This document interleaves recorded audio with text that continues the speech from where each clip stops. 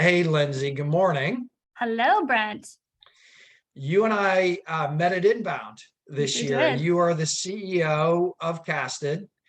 And we met as kind of, like-minded revenue leaders who think a lot about how content strategy can drive revenue acceleration. And you guys have a great amplified marketing platform that helps with exactly that. So I wanted to just spend some time with you and today and have our audience able to learn from you. And I'd love for you to just to start with this thing that we talked about earlier, that most companies don't have a content strategy, and just say more about your Yeah. experience with that.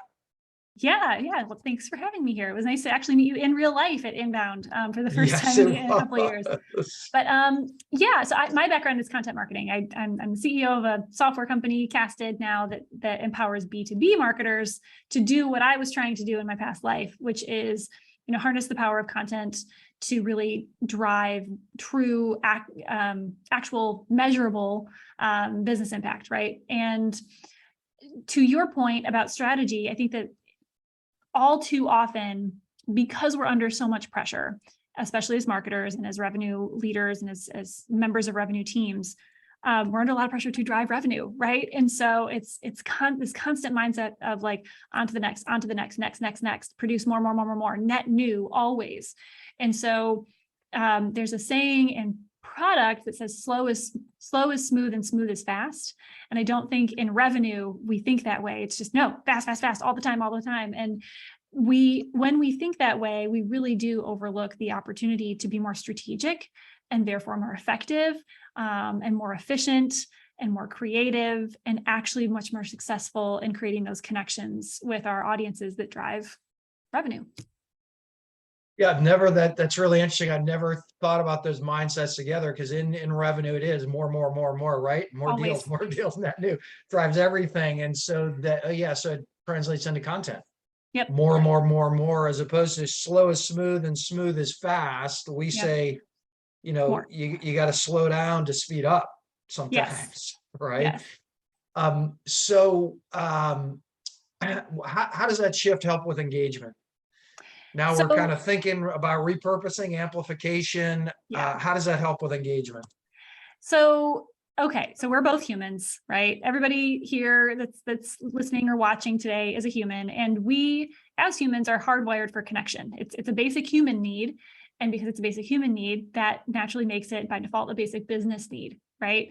And when you're moving that fast and when you're not being strategic, you really miss out on the opportunity to create those connections, to create those human level connections. And we see that and we experience that. Like we all consume content that was obviously not created, not crafted, right? It was churned out. And so this whole idea of amplified marketing says, hey, what if you start with a conversation like this one that you and I are having, and you get more human and you get more authentic, and then you use that to take a breath and you say, okay, I'm going to push this out there. I'm going to publish this conversation, but then what else can I do with it? How can I take the expert nuggets and takeaways and clips and quips and wring out this conversation and use it, amplify it across other channels to drive more connections? How can I get more creative and prioritize connectivity to really produce more engagement? And that works. I mean, and we're all humans, so we know that it's common sense that when you really think about how can I connect with someone on a human level, that's going to be a lot more effective than like, how can I publish 16 blog posts this week? So but we don't give ourselves the space to be strategic that way. You love it. Connect with them on a human level. The other thing I hear, I think, which is true, is the repetition. There is the urban legend is you have to hear something 7 or 8 times before you internalize it. Yep. Want to test one other thing, which is a part of what we say, you build connection when you speak more as a peer, right? As you think about personalization really is around your role, your goal, and what market segment you sit in. And so if I'm speaking to something you care about, it automatically feels more personalized. Absolutely. And And that's, we work in the space of podcast and video content. And one of the reasons that it's so effective, I mean, we're here right now. You see the value of it. One of the reasons it's so effective is because, it's engaging, it's interesting to feel like you're in on something, and like you're in on kind of an exclusive moment, a conversation. You're listening in on a conversation that feels, again, that's more human. It's more intimate. It's more friendly. It's more relational than blog content, right? And there's nothing wrong with blog content. We have a blog. I'm a huge fan of blog posts and blog content. It's very effective. But what if you started from a place of that richer, deeper human level conversation? You let people listen in on that, and then you use that as fuel. You amplify, going back to this idea of amplified marketing, you amplify the key takeaways of that conversation as blog content, as social media content, as email content. You start from a different place. You literally start the conversation with your audience by starting a conversation with that expert or that thought leader or that partner or that customer. And then you say, okay, how else can I use this? How can I give people lots of ways, to your point, repetition? How can I give people lots of ways to consume this idea and consume this message so that it really resonates on every level? And over time too. It's not just one quick hit, one published blog post, one published podcast episode, but it's the same message over and over and over again, kind of from various different angles, various different formats, to really reach people and help them understand how important it is and how valuable it is and how much it can resonate with their goals. Yeah, I'm thinking you're taking Bloom's taxonomy to content consumption, right? Everybody learns in slightly different and multiple ways. Yes. And you're just making it easier to learn if there's various different formats, and you're taking different parts of it. I love the approach. What keeps, so you said one, which is, go faster, do more. But what are other things that keep, in your experience, companies from doing this, taking this approach? Yeah. So measurement, right? The entire time I've been in B2B marketing, the last, nearly 2 decades, we've been all working from this playbook of really written content, write blog posts, write, rank, CTAs, convert. That is the formula that works. And we've seen adjustments of it and variations of it, but really that's been the foundation. And that's great, except that playbook was written long before podcasts and video content, and long before we could easily stream all of this content in our homes and in our offices and on our phones. And so the mentality is, I need to keep doing, I'm under pressure as a marketer to keep doing what has always worked, and keep measuring the same KPIs that I've always been measured by, and that my company's always been looking for as indicators of success. And then in my, not so abundant spare time, then go make the really creative content, the audio, the video, the podcast, the shows, then go do that. And so I think there's a fear to say, what if I rely on that creative content? What if I go get creative and I can't measure it?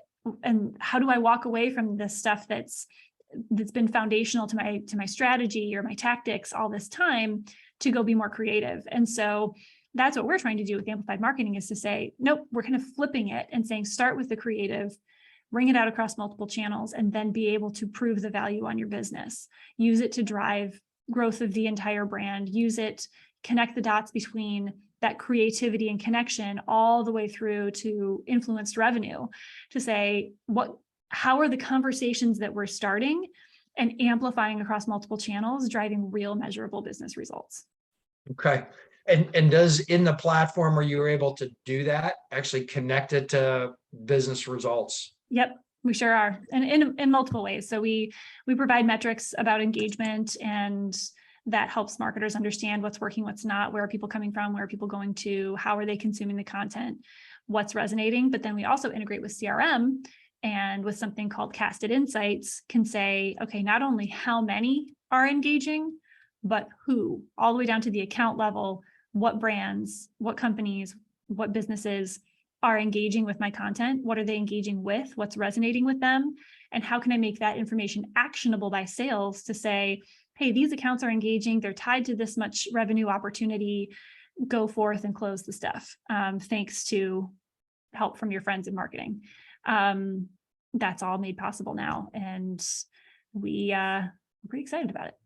Yeah. No, it's I interviewed a CMO, a guy named Johan Abidi, if I'm still saying that correctly, process maker, and he talked about it the same way as you did, which is you have to use content consumption as a qualifier. Yes. Are they actually engaging with the content you sent after? Yeah. Who's engaging? Are they forwarding it? I mean, you can learn a lot about what's going on the other side of the sales process. So I love that direction. So there's kind of a mindset shift, right?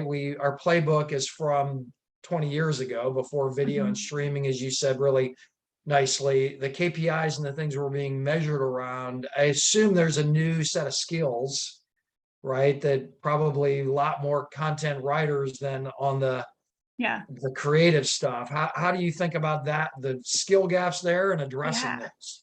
Yeah, I love that I haven't been asked about this before, but it's so important because I've been that content marketer and I led that content marketing team where you are tasked with writing on behalf of the subject matter expert, right? So you are a content marketing manager working for either a client or your brand that makes, I don't know, semiconductors, right? And you're not a semiconductor expert, yet here you are needing to write a technical blog post about the differences and like some nuanced thing or some really forward thinking thought leadership as a content marketer. Like your expertise is content marketing, not the future of semiconductors, right? Like I've been in that role. I've worked in life science. I've worked in all kinds of different worlds. It's like, I don't know this stuff.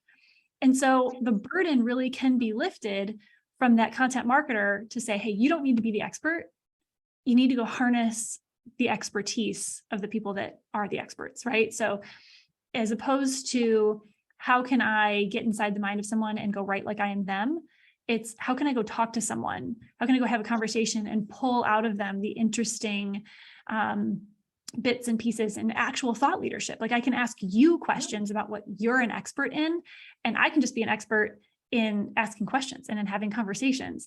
And then there still absolutely is that place for content creators that really excel in writing, because then let's say you're my content marketing manager and I can equip you with this great conversation I had with somebody who's an expert in semiconductors and say, here's the transcript, here's the recording, pull some nuggets out of it. And basically then you can be an expert in what you're an expert in, which is content marketing and writing and capturing thought leadership and highlighting the things that matter and highlighting the things that are going to be most relevant to your audience. You don't have to go pretend to be the expert. So I think that there's a big kind of shift happening in our future where content marketers can go be more creative and really lean into content marketing as opposed to how do I pretend to be someone else, Right.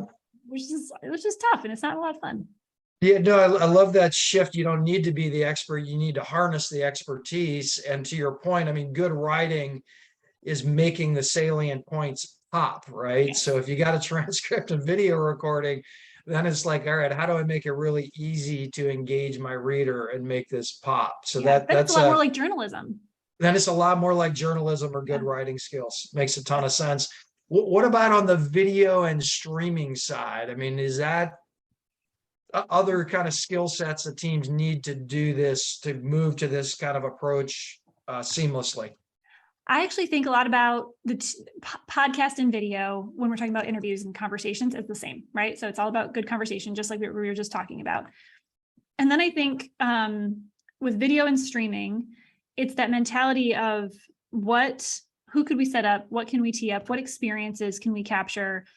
If there was a situation that we could have one or a couple or a few or a handful of people in a room doing a thing, is it something that hundreds or thousands of people who aren't in this room would benefit from being a part of, or that our business would benefit from them being a part of? it's first and foremost asking those questions, going back to the original topic you want to talk about, just strategy, right? It's thinking with the end in mind. It's what do we want people to feel, think, and do, and how can we set up those experiences and capture them on audio and video so that they can experience it at scale. And I think it's that mentality when we're thinking about strategy, about how can I capture experiences and amplify them so that others can share in that experience.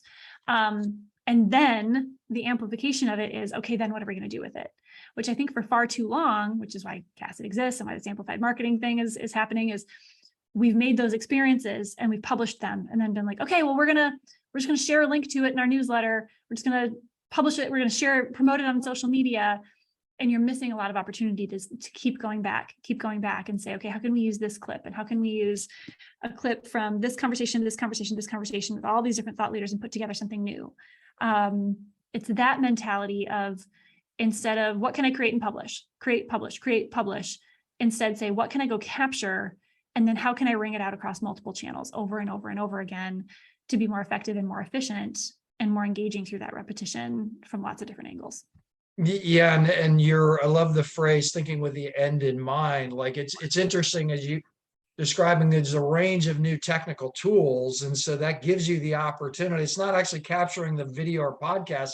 That's the hard part. The hard part is what's going to be interesting to the audience. Mm-hmm. And so that is both harder, but a lot more creates opportunity for a lot more strategy or kind of, higher level thinking, more interesting roles. Right. Absolutely. And the brands and the marketers behind them that are already succeeding and that are going to continue to succeed are the ones that truly do that. They don't just set up the interview and have the same conversation that everybody else is having, but that are really looking at things from another angle and saying like, hey, I really want to talk to you about this angle of that. But like, let's dig into that. That's the really interesting and engaging stuff that we all want to consume. Totally. Let's end today on, you just published your maturity matrix. Yeah. And would love to hear more about that. I have the article up. I'm going to read it right after our interview today. But give us the high level of, what does it mean to get better and better at amplified marketing? Yeah, you're among the first to see it as we have this conversation. It hasn't even gone live to everybody else yet. So I'm excited for everybody to see it. Basically everything that we're talking about, as B2B brands start to embrace and have started to embrace over the last few years, podcast and video content, we're beginning to see that there are some brands that are pretty far along in everything that we're talking about. They're not only capturing great content, they're using it to build and grow the brand. It's not just about, hey, come listen to my show. It's listen to my show and do all these other things so that I can grow, like it grows the brand. And then going to the ultimate holy grail of, and I can prove that it is driving real business impact. Like there's unity between marketing and CX and sales because of the conversations that we're having and how we're amplifying them. We can prove impact. But that's not where you begin. That is what we call stage 5 of the journey. And you begin quite often as, how can I capture a few things and publish? How can I just get started? And so we realized that as this wave is emerging that we are really excited about and we've been excited about for the last few years, we're really starting to see momentum grow around B2B podcasts and audio and video content. But there's a lot of different stages and there's a lot of different brands at all these different stages. And so to help people be as successful as possible, we're defining those stages. We're talking about how you grow from one stage to the next. And what's really cool is that we have a self-assessment. So you can get in and in 5 minutes or less, take this assessment about your brand and understand kind of where you are, what your level of maturity is, and then start that conversation specific to you, really personalized to you about how you can grow to that ultimate holy grail of driving real measurable business impact. I'm seeing I had a book come out in April. I think I shared a copy with you and started our own content journey about a year before that. And I'm seeing myself in this. Yeah. That's great. I'm glad to hear that. Yeah.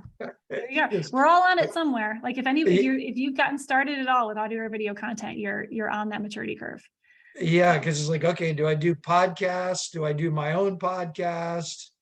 right? Do you do LinkedIn? Do you do Twitter? And Yep. what are my repeated themes? The show creation. It helps to have kind of we have kind of 4 or 5 different media, like revenue leader stories or plays in practice or whatever. So it's Yep. I think you guys have gotten you've obviously you do this for a living, you're experts at it. So that's cool.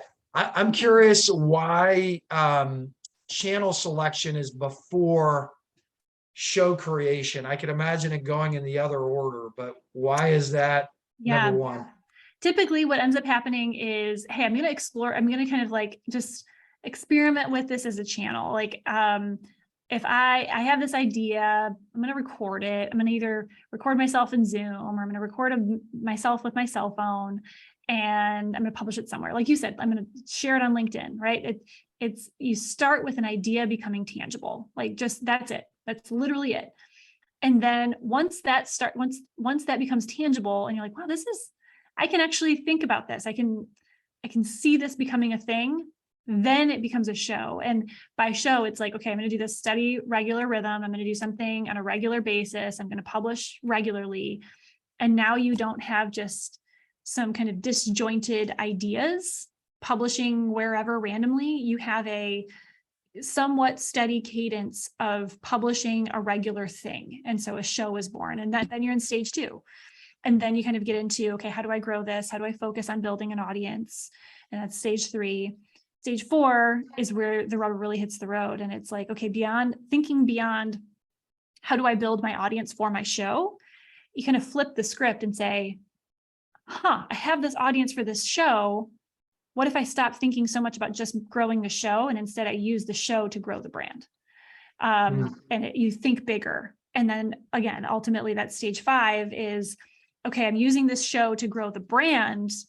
How do I use the show to grow the brand, to grow the business, and prove that that's happening?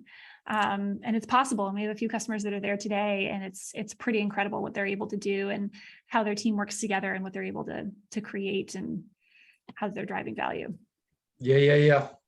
I have a follow-up question and then a thought. The question is, when you think of the first 2 stages, just for people that are getting going, do you have like a recommended short list of channels to experiment with, or a recommended short list of show creation types?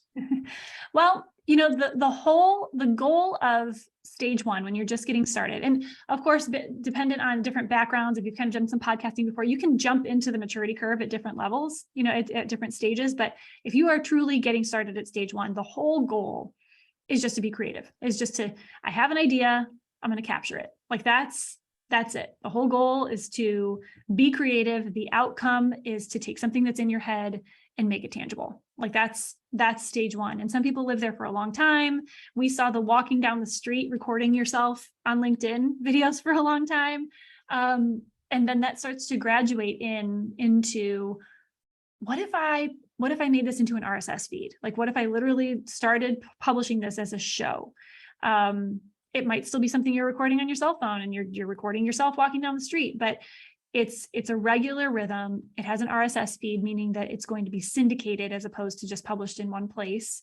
And the outcome there is, I have a show. I have a steady cadence. I have a regular rhythm. People kind of know. People could start to expect that this will be published on a regular basis. And that's where I would say you start to get into like a hosting platform, publishing through something like Casted on a regular basis. Cool. So show creation in this case, I mean, really, it's like however your repeated format, Yep. it becomes repeated, right? Yep. And more often than not, that's an RSS feed. That's publishing it as a podcast, publishing it to YouTube, but it doesn't have to be. But that's most likely when you're at stage 2. Yeah, I had a great book coach in David Meerman Scott, who obviously was part of this whole content marketing thing. And I remember when we started this, he's like, you just got to be patient, Brent. It's probably going to take a year, 15 months before you see an impact. And it's honestly just been in the last probably couple of months that we've been doing this for a year and a half. Like, it changes your brand. For sure. And then we start to get inbounds around the book, or content, or around podcasts you've been on. So I love the direction it impacted our business dramatically. I think what's great course. about your maturity model is it, I think, kind of builds confidence in just start taking these steps Yep. and point towards that end goal. On that, I mean, for us, it was probably a 15-month turnaround to see any kind of meaningful revenue. Mhm. I don't know if you have a sense on what a regular time frame is for that. Well, it depends. I mean, if you hang out at stage one, walking down the street, making videos of yourself and posting them to LinkedIn, you could do that for years, right? But Yep. we had one customer that came in, pretty clearly saw what was possible, and let's see, it's September now, in 9 months, less than 9 months, because they've been proving value for a couple months now. And hopefully, I mean, like, shameless plug, that's why Casted exists, is to not make it so manual, and to be able to say, this is your holy grail. Like, this is what's possible, as opposed to like, is it possible? Can I drive results? That's what we're here for, is to say it absolutely is possible. Here's how you do it. Here's the platform that makes it happen. Here's some partners if you need some help. And we can accelerate that process. Awesome. Yeah. I'm excited to be the first one other than your team to see your maturity curve. Yeah. I'll be looking can't wait for to it see on your assessment come LinkedIn. through. Yeah, that's a good idea. Yeah. I will fill out the assessment. I will Okay. fill out the assessment. Cool. Lindsay, thanks so much for the time today and just sharing Thanks so your much for having expertise. me. Awesome stuff. Thank you.